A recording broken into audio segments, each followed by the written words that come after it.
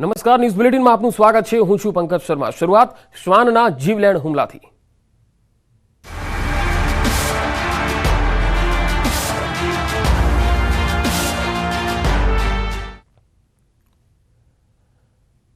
ગુજરાતમાં રખડતા શ્વાનનો આતંક યથાવત છે। સુરતમાં શ્વાનના ત્રાસથી હાહાકાર મચી ગયો છે।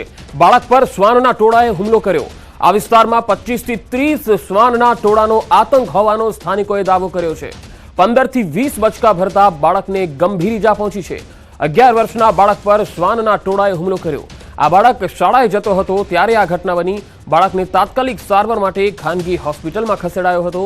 ત્યાંથી વધુ સારવાર માટે સિવિલ હોસ્પિટલમાં લઈ જવામાં આવ્યો। વારંવાર બનતી આવી ઘટનાઓને લીધે અનેક સવાલ ઉઠી રહ્યા છે। જનતાને શ્વાનના ત્રાસથી મુક્તિ ક્યારે મળશે? શ્વાન લોકોના જીવ લઈ રહ્યા છે, જવાબદાર કોણ છે? રખડતા શ્વાનનો ત્રાસ દૂર કરવા તંત્ર કામગીરી કરે છે કે પછી માત્ર કાગળ પર વાતો થઈ રહી છે? શ્વાનના ખસીકરણ પાછળ કરોડોનો ખર્ચ કરવા છતાં શ્વાનનો આતંક કેમ નથી ઓછો થઈ રહ્યો? તો આ સીધી તસવીર આપણે બતાવી રહ્યા છીએ કે ન્યૂઝ 18 ગુજરાતીના અહેવાલ બાદ તેની ધારદાર અસર જોવા મળી છે। આ સીધી તસવીરો સુરતથી આવી રહી છે। શ્વાનના આતંકના અહેવાલ બાદ તંત્ર દોડતું થયું છે। અથવા તો પ્રાણી પકડવાનું ખાતું એક્ટિવ મોડમાં આવે છે અને શ્વાનો પકડી તેની પર રસીકરણ અને ખસીકરણની કામગીરી શરૂ કરતી હોય છે। કેમેરામેન ભરત બ્રહ્મભટ્ટ સાથે કીર્તેશ પટેલ, ન્યૂઝ 18 ગુજરાતી, સુરત। તો શ્વાનના આતંકના અહેવાલ બાદ તંત્ર હવે દોડતું થયું છે। મનપાની ટીમ શ્વાન પકડવા માટે પહોંચી છે। 35 થી વધુ શ્વાન પકડવાની કામગીરી શરૂ થઈ ગઈ છે। ન્યૂઝ 18 ગુજરાતીએ દર્શાવ્યો હતો સૌથી પહેલા અહેવાલ અને 15 થી 20 જેટલા બચકા એક બાળકને ભર્યા। ત્યારબાદ ન્યૂઝ 18 આ અહેવાલ દર્શાવ્યો હતો। ત્યારે મનપાનું તંત્ર હવે સફાળું જાગ્યું છે અને જે ખૂંખાર શ્વાન છે તેને પકડવાની કામગીરી હવે શરૂ થઈ છે। કારણ કે હવે શ્વાન લોકો માટે જીવલેણ સાબિત થઈ રહ્યા છે। ખાસ કરીને નાના બાળકો જે રસ્તેથી જતા હોય છે અથવા તો રમતા હોય અથવા શાળાએ જતા હોય એવા બાળકો પર શ્વાનના હુમલા ખૂબ વધી રહ્યા છે। આ માત્ર સુરતની જ વાત નથી, અન્ય કેટલાક મોટા શહેરોમાં, અમદાવાદમાં પણ આવા બનાવો પહેલા પણ સામે આવી ચૂક્યા છે। ત્યારે સુરતમાં શ્વાનના આતંકથી હવે મુક્તિ ક્યારે મળશે? આ એક મોટો સવાલ છે, જો કે હાલ મનપા તંત્ર સાબદું બન્યું છે।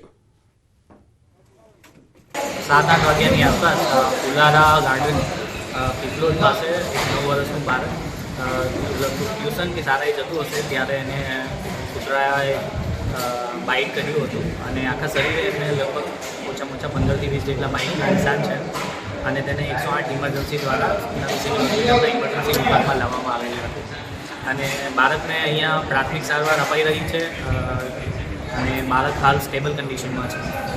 સુરતમાં સતત નાના બાળકો પર શ્વાન દ્વારા હુમલા કરવાની ઘટના સામે આવતી હોય છે। ત્યારે વધુ એક ઘટના આજે વહેલી સવારે સામે આવી છે। સુરતના ઉમરા ગામ વિસ્તારમાં ડિસેમ્બર બાળકોની શાળા છે, શાળાની બાજુના ગ્રાઉન્ડમાં એક વિદ્યાર્થી રમતો હતો, તેના પર શ્વાન દ્વારા હુમલો કરવામાં આવ્યો છે। 5 થી 7 જેટલા શ્વાનોએ હુમલો કર્યો હતો। હુમલો કરતા બાળક ગંભીર રીતે ઈજાગ્રસ્ત થયો છે।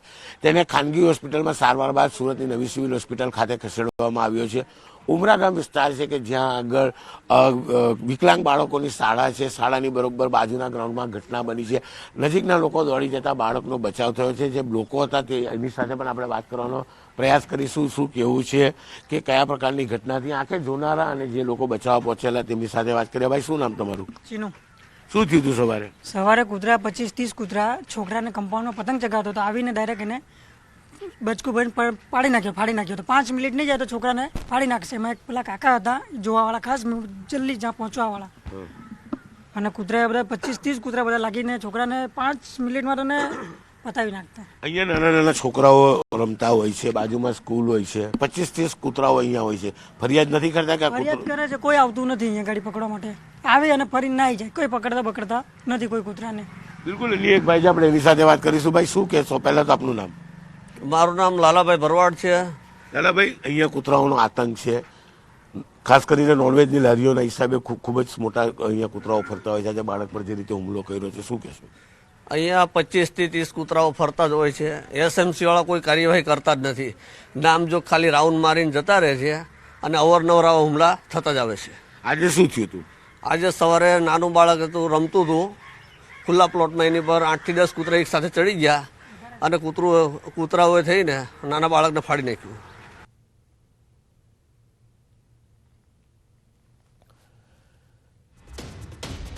ન્યૂઝ 18ના અહેવાલની ધારદાર અસર જોવા મળી છે। શ્વાનના આતંકના અહેવાલ બાદ તંત્ર દોડતું થયું છે અને શ્વાન પકડવાનું શરૂ થયું છે। મનપાની ટીમ શ્વાન પકડવા માટે અલગ અલગ વિસ્તારોમાં પહોંચી રહી છે। 35થી વધુ શ્વાન પકડવાની કાર્યવાહી શરૂ કરવામાં આવી છે। ન્યૂઝ 18એ સૌથી પહેલા રિપોર્ટ બતાવ્યો હતો, અહેવાલ દર્શાવ્યો હતો, જેની સીધી અસર જોવા મળી અને આજે સવારથી જ મનપાની ટીમ અલગ અલગ વિસ્તારોમાં જઈ રહી છે। ખાસ કરીને એવા વિસ્તારો કે જ્યાં શ્વાનનો આતંક વધારે હોય એવા વિસ્તારોમાંથી શ્વાન પકડવાની કામગીરી શરૂ થઈ છે। સુરતના ઉમરાગામ વિસ્તારમાં 11 વર્ષના બાળક પર હુમલા બાદ મહાનગરપાલિકાની ટીમ પહોંચી છે। 30 કરતા વધારે કૂતરાઓ છે, ત્યારે આ કૂતરાઓને પકડવા માટે મહાનગરપાલિકાની ટીમ એક સાથે પહોંચી છે। દ્રશ્ય જોઈ શકાય છે કે આ વિસ્તાર છે, આ વિસ્તારમાં 30 કરતા વધારે શ્વાનોનો આતંક છે। દ્રશ્ય પાછળના જોઈ શકાય છે કે શ્વાન પકડવાની ટીમ આવતાની સાથે જ એક સાથે મોટી સંખ્યામાં શ્વાનો એકત્ર થઈ ગયા છે। મહાનગરપાલિકાની ટીમ દ્વારા શ્વાનો પકડવામાં આવી રહ્યા છે।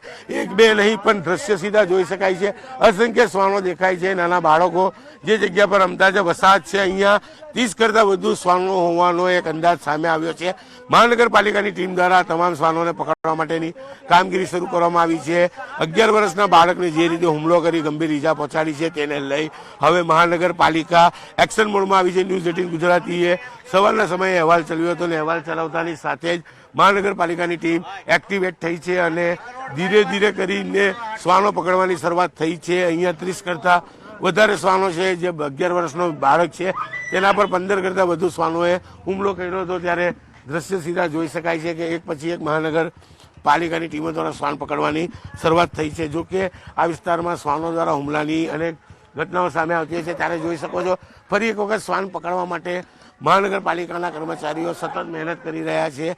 એક બે નહીં પણ 35 કરતા વધારે શ્વાનો અહીંયા છે। ફરી એક શ્વાન પકડાયું છે, એટલે કે હુમલો કરવામાં 15 કરતા વધુ શ્વાનો હતા। ત્યારે હવે મહાનગરપાલિકાએ શ્વાનોને પકડવાની શરૂઆત કરી દીધી છે। દ્રશ્ય સીધા જોઈ શકાય છે જે પ્રકારે હુમલાની ઘટના હતી। ઘટના બન્યા બાદ મહાનગરપાલિકાનું કહી શકાય દબાણ ખાતું અથવા તો પ્રાણી પકડવાનું ખાતું એક્ટિવ મોડમાં આવે છે અને શ્વાનો પકડી તેની પર રસીકરણ અને ખસીકરણની કામગીરી શરૂ કરતી હોય છે। કેમેરામેન ભરત બ્રહ્મભટ્ટ સાથે કીર્તેશ પટેલ, ન્યૂઝ 18 ગુજરાતી, સુરત। હવે આપણે દ્વારકાના દ્રશ્યો પણ બતાવીએ। દેવભૂમિ દ્વારકામાં રખડતા શ્વાનનો આતંક અહીં યથાવત છે। કલ્યાણપુર તાલુકાના વીરપર ગામે બાળક પર અહીંયા શ્વાને હુમલો કર્યો। આ તસવીરો જુઓ।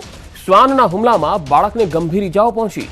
ઈજાગ્રસ્ત બાળકને ખંભાળિયા જનરલ હોસ્પિટલમાં ખસેડાયું। મોઢાના ભાગે ગંભીર ઈજાને કારણે બાળકને જામનગર માટે વધુ સારવાર માટે ખસેડાયું હતું।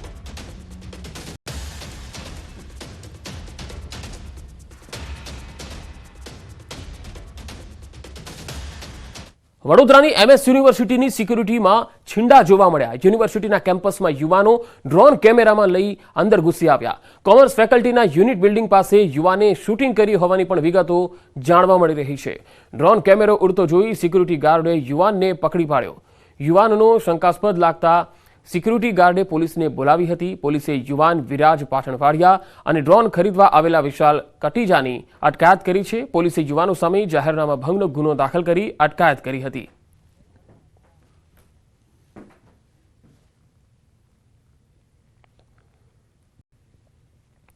અંધશ્રદ્ધા અને ઘરકંકાસે પતિને બનાવ્યો હત્યારો। રાજકોટના પડધરીમાં એક ચોંકાવનારી ઘટના બની, જેમાં પતિએ પત્નીની હત્યા કરી હતી। પકડાયેલા પતિએ એવી ચોંકાવનારી કબૂલાત કરી કે પત્નીના શરીરમાં પ્રવેશી ગયેલી આત્માને લીધે તેની હત્યા કરી નાખી।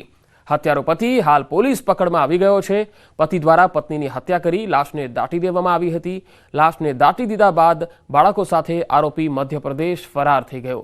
જો કે વાડી માલિકની સતર્કતાને કારણે આરોપી ઝડપાઈ ગયો।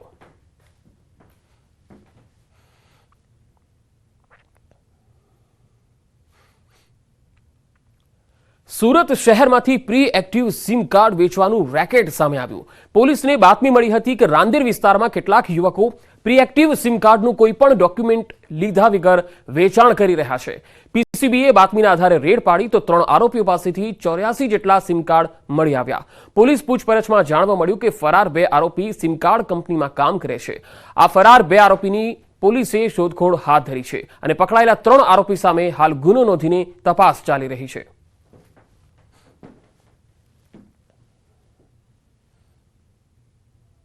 પ્રી એક્ટિવેટેડ સિમ કાર્ડ કોઈને વેચવું આ ગેરકાયદેસર છે, આ ગુનો બને છે.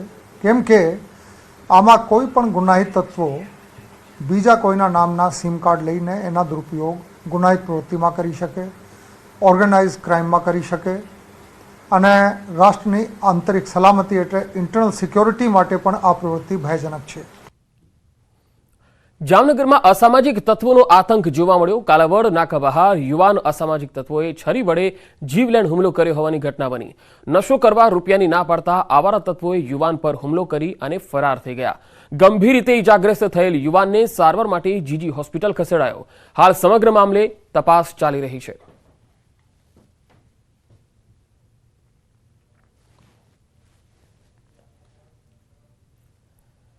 સુરતમાં લાગેલી આગમાં વધુ એક મોત થયું. વધુ એક કામદારનું સારવાર દરમિયાન મૃત્યુ થઈ ગયું. એથર કંપનીમાં લાગેલી આગમાં 10 લોકોના મૃત્યુ થયા. સુરતમાં આગમાં વધુ એક મોત, એક કામદારનું સારવાર દરમિયાન મૃત્યુ થઈ ગયું છે. સુરતમાં એથર કંપનીમાં જે ભીષણ આગ લાગી હતી, હવે કુલ મૃત્યુઆંક 10 થઈ ગયો છે.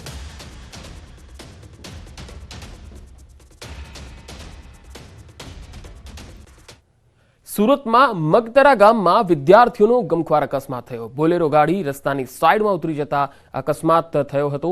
ગંભીર રીતે ઇજાગ્રસ્ત થયેલ વિદ્યાર્થીને હોસ્પિટલમાં ખસેડાયા. મારોઠા ગામના સરપંચ કમલેશ ચૌધરી તાત્કાલિક સ્થળ પર આવી પહોંચ્યા હતા. વિદ્યાર્થીઓને સારવાર માટે ખસેડ્યા હતા. ડાંગ જિલ્લાના સુબીર સ્કૂલના 11 વિદ્યાર્થીઓ આણંદ ખાતે ઇન્ટર સ્કૂલ સ્પર્ધામાં ભાગ લેવા માટે જઈ રહ્યા હતા.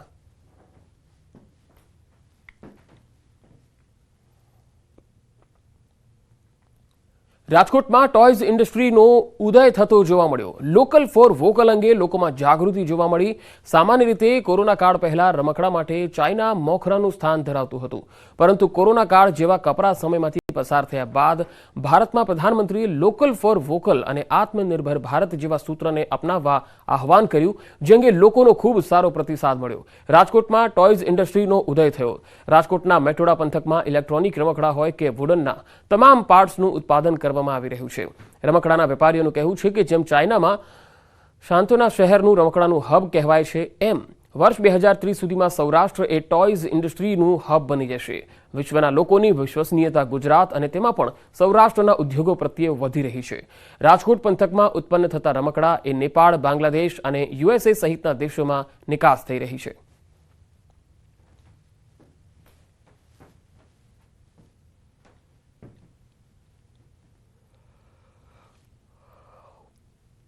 રાજકોટના ગોંડલમાં માર્કેટયાર્ડ પાસે ખેડૂતોએ દેખાવો યોજ્યા. ડુંગળીના પોષણક્ષમ ભાવ ન મળતા વેપારી અને ખેડૂતોમાં રોષ ભભૂકી ઉઠ્યો. ડુંગળીના ભાવ ન મળતા યાર્ડ પાસે નેશનલ હાઈવે પર ખેડૂતોએ ડુંગળી ફેંકીને વિરોધ કર્યો. ડુંગળીનું એક્સપોર્ટ બંધ થતા વેપારી ખેડૂતોને મોટી નુકસાની ભોગવવાની નોબત આવી છે. ખેડૂતોના વિરોધ વચ્ચે નેશનલ હાઈવે પર ટ્રાફિક જામના દ્રશ્યો સર્જાયા હતા. વધુ માહિતી સાથે સંવાદદાતા રાજકોટના જેતપુરથી જોડાયા છે મુનાફ બખાલી. મુનાફ, ગોંડલ માર્કેટ યાર્ડ પાસે ખેડૂતો દેખાવો કરી રહ્યા છે. હાલ પરિસ્થિતિ શું છે? ખેડૂતોને કેટલો ભાવ મળી રહ્યો છે ડુંગળીનો? બિલકુલ ચોક્કસ પંકજ, ગોંડલ માર્કેટ યાર્ડ પાસે ડુંગળીના પ્રોસેસર જે ભાવ ન મળતા ખેડૂતો તે રોષમાં બનાવતા ડુંગળીના એક્સપોર્ટ બંધ થતા જ વેપારી અને ખેડૂતો નો બહુ રોષ ફાટ્યો હતો અને ગોંડલ માર્કેટ યાર્ડના ડુંગળીના ભાવ ન મળતા યાર્ડ પાસે નેશનલ હાઈવે પર ખેડૂતોએ ડુંગળી ફેંકી અને વિરોધ કર્યો હતો. ડુંગળીના એક્સપોર્ટ બંધ થતા જ વેપારી અને ખેડૂતોને મોટી નુકસાનીનો સામનો કરવો પડશે. ખેડૂતોને વિરોધ કરી વચ્ચે નેશનલ હાઈવેમાં ટ્રાફિક સર્જ્યો હતો અને તાત્કાલિક ધોરણે પોલીસ આવી અને ટ્રાફિક સાથે હરવો કર્યો હતો. જી પંકજ. જી મુનાફ, આભાર માહિતી આપવા માટે.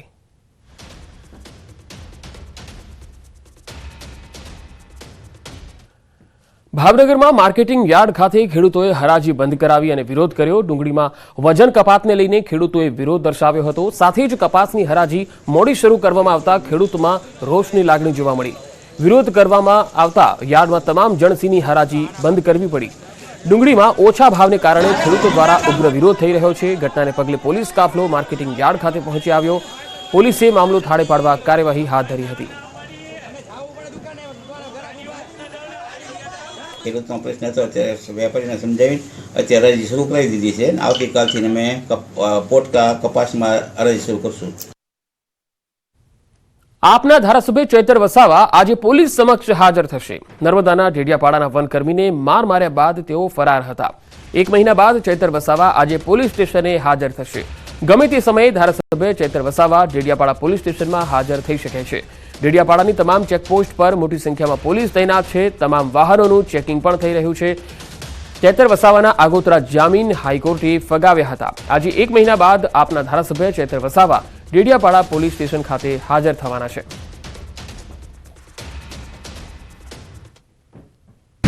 નર્મદા જિલ્લાના ડેડિયાપાડા ખાતે જે વનકર્મી પર હુમલાનો જે ધારાસભ્ય ચૈતર વસાવે કર્યો હતો, જે મામલે હાલ જે વનકર્મી દ્વારા જે ફરિયાદ કરવામાં આવી હતી, તે ફરિયાદ બાદ 1 મહિનાથી ચૈતર વસાવા ફરાર હતા. અને ખાસ વાત કરીએ તો જે ભૂગર્ભમાં હતા અને ભૂગર્ભમાં જતા આજે ગત મહિનાની 3/11/2023ના રોજથી જેમના કેસ થયા બાદ જેઓ ભૂગર્ભમાં હતા અને આજે એટલે કે લગભગ 1.5 મહિના જેવું થઈ ચૂક્યું છે, ત્યારે ચૈતર વસાવા જાતે ડેડિયાપાડા પોલીસ સ્ટેશન ખાતે હાજર થવા જઈ રહ્યા છે. હાલ કહી શકાય કે જે નર્મદા જિલ્લા પોલીસ છે એ મોટી સંખ્યામાં ખડકી દેવામાં આવી છે.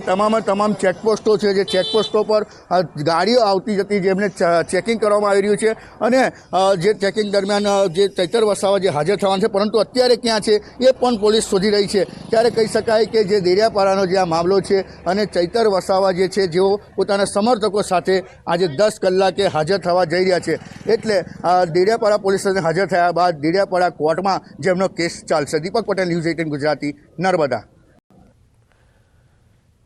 અને હવે બ્રેકમાં જતા પહેલા નજર ટોપ 3 હેડલાઇન્સ પર. સુરતમાં રખડતા શ્વાનોના ટોળાએ બાળક પર હુમલો કરતા ફફડાટ. 6 થી 7 શ્વાનોનો 11 વર્ષના બાળક પર હુમલો. અમદાવાદથી અયોધ્યા સુધીની નોનસ્ટોપ ફ્લાઇટ 11 જાન્યુઆરીથી શરૂ થશે. નોનસ્ટોપ ફ્લાઇટ 22 જાન્યુઆરીએ મંદિરમાં સ્થાપિત થશે રામલલા. સંસદની સુરક્ષા મામલે વિપક્ષી નેતાઓ રાષ્ટ્રપતિ સાથે કરશે મુલાકાત. ગઈકાલે ચાલુ સંસદમાં કૂદ્યા હતા 2 અજાણ્યા શખ્સો.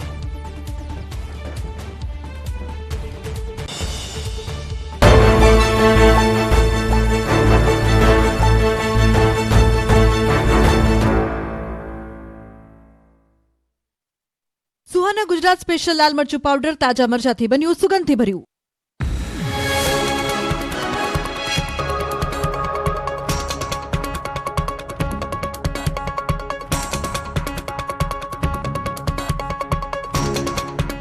સુહાના ગુજરાત સ્પેશિયલ લાલ મરચું પાવડર તાજા મરચાથી બન્યું, સુગંધથી ભર્યું.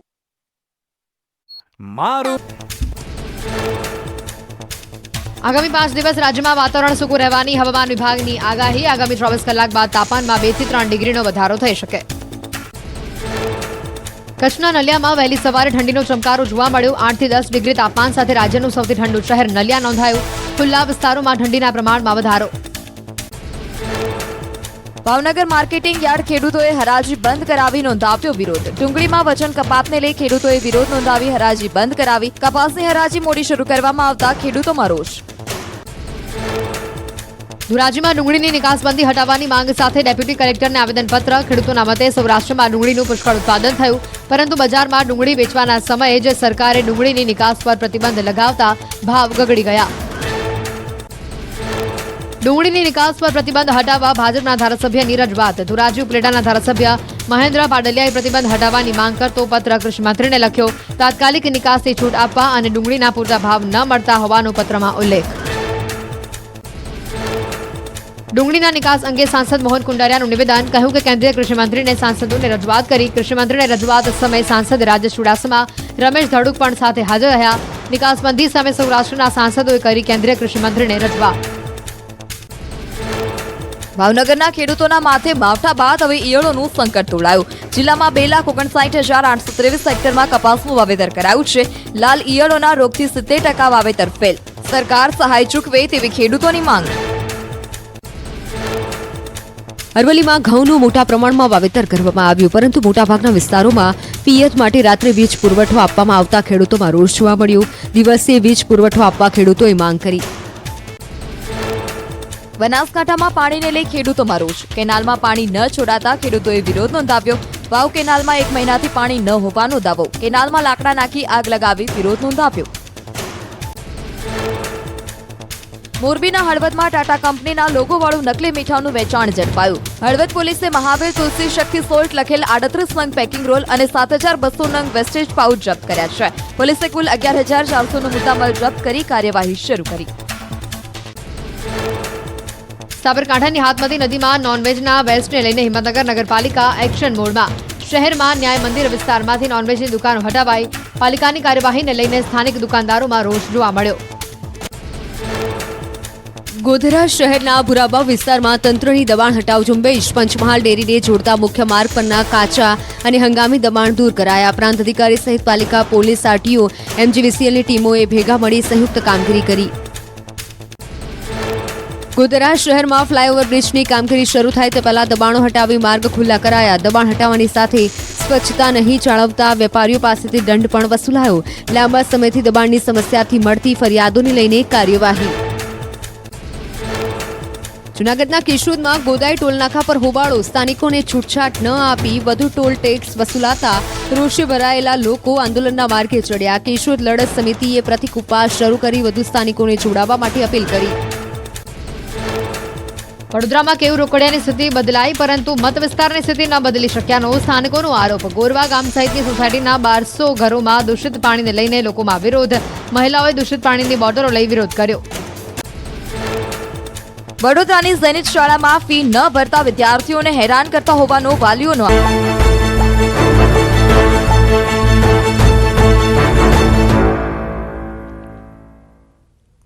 Welcome back.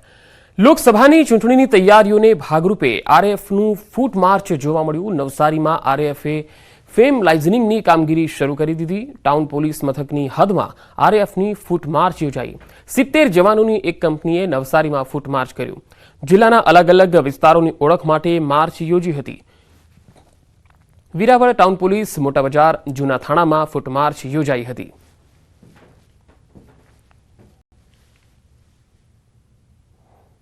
પોરબંદરના મોઢવાડા ગામના પનોતા પુત્ર શહીદ નાગાર્જુન સિસોદિયાની 52મી પુણ્યતિથિ નિમિત્તે શહીદ વંદના કાર્યક્રમનું આયોજન થયું. 1971ના યુદ્ધમાં નાની ઉંમરે નાગાર્જુન સિસોદિયાએ મહત્વની ભૂમિકા ભજવી હતી, જેમાં 13 ડિસેમ્બર 1971ના રોજ તેઓ શહીદ થયા હતા. જેને લઈ દર વર્ષે 13 ડિસેમ્બરના રોજ શહીદ વંદના કાર્યક્રમનું આયોજન કરવામાં આવે છે. આ શહીદ વંદના કાર્યક્રમમાં પરિવારજનો, માજી સૈનિકો, સામાજિક આગેવાનો અને શહેરીજનો મોટી સંખ્યામાં ઉપસ્થિત રહ્યા.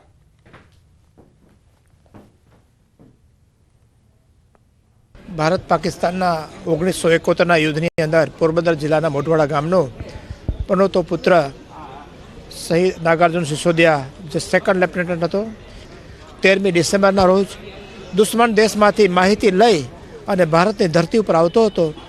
એ દરમિયાન દુશ્મન દેશના લશ્કરની ગોળીઓનો શિકાર બની અને ભારતની ભૂમિમાં એ વીરગતિ પામતા પણ એને મહત્ત્વની જે લશ્કરની માહિતી હતી દુશ્મન દેશની એ આપી અને આ દેશનું ગૌરવ વધાર્યું હતું.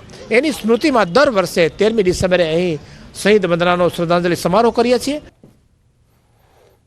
અયોધ્યામાં રામ મંદિર તૈયાર થવાની અણીએ છે ત્યારે રામ ભક્તો માટે મહત્વના સમાચાર સામે આવી રહ્યા છે. અમદાવાદથી અયોધ્યા વચ્ચે નોનસ્ટોપ ફ્લાઇટ ઉડાન ભરશે. 22 જાન્યુઆરી 2024ના રોજ રામલલા મંદિરમાં સ્થાપિત કરાશે. ત્યારે ભવ્ય સમારંભને નિહાળવા દેશ વિદેશથી મોટી સંખ્યામાં લોકો અયોધ્યા પહોંચશે. ત્યારે ભક્તોને અયોધ્યા પહોંચવા 11 જાન્યુઆરીથી અમદાવાદથી અયોધ્યા નોનસ્ટોપ ફ્લાઇટ શરૂ કરાશે, જેથી ભક્તોને અમદાવાદથી સીધા અયોધ્યા પહોંચવામાં સરળતા રહે.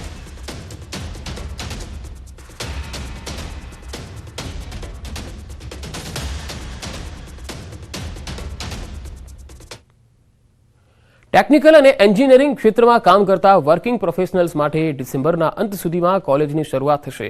રાજ્યમાંથી 3 કોલેજોને વિવિધ બ્રાન્ચ માટે મંજૂરી આપવામાં આવી, જેમાં બારડોલીની આરએનજી ઇન્સ્ટિટ્યૂટમાં કેમિકલ અને મિકેનિકલ, બાકરોલ આરએનએસ પોલિટેકનિકમાં કેમિકલ, મિકેનિકલ અને ઇલેક્ટ્રિકલ બ્રાન્ચ, વડોદરાની બટલર પોલિટેકનિક કોલેજમાં કેમિકલ બ્રાન્ચ માટે પરવાનગી અપાઈ છે.